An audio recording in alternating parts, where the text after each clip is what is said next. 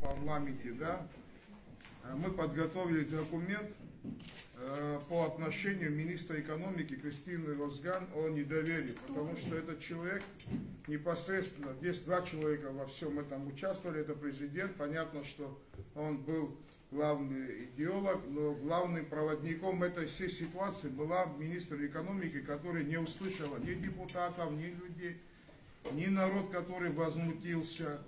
И в таких случаях, когда такой документ, соглашение между двумя государствами не проходит, есть, значит, виновник этому. Один виновник, он уже как бы, да, самоликвидировался. Другой виновник всего этого вот, беспредела и такого возмутительного договора до сих пор исполняет обязанности и сидит, как бы возглавляет Министерство экономики.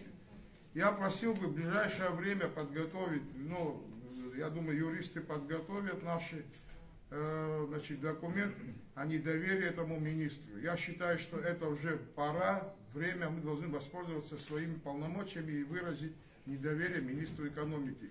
Если есть какое-то другое мнение у коллег, конечно, я с удовольствием тоже послушал бы их мнение. То есть это очевидно уже, это невозможно не скрыть, это невозможно спрятать, понимаете, и человек всегда, кто-то должен нести ответственность.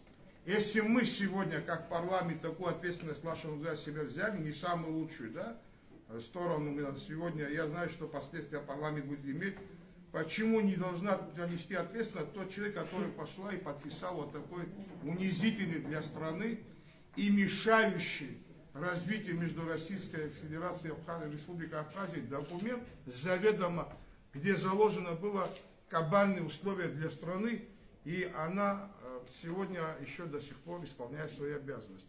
Я понимаю, что по договору, о котором, Маша Ильич, мы сейчас говорили, мы о кадрах не говорили там. Я не говорил, я думал. Да. Нет, я о чем говорю. Но это уже дела парламента, сугубо наши внутренние вопросы. Я думаю, что парламент должен определиться по министру экономики.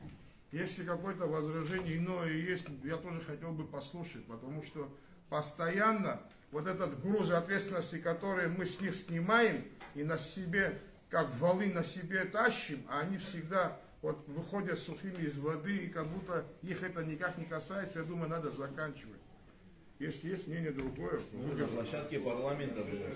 Решили все вопросы решить до конца года.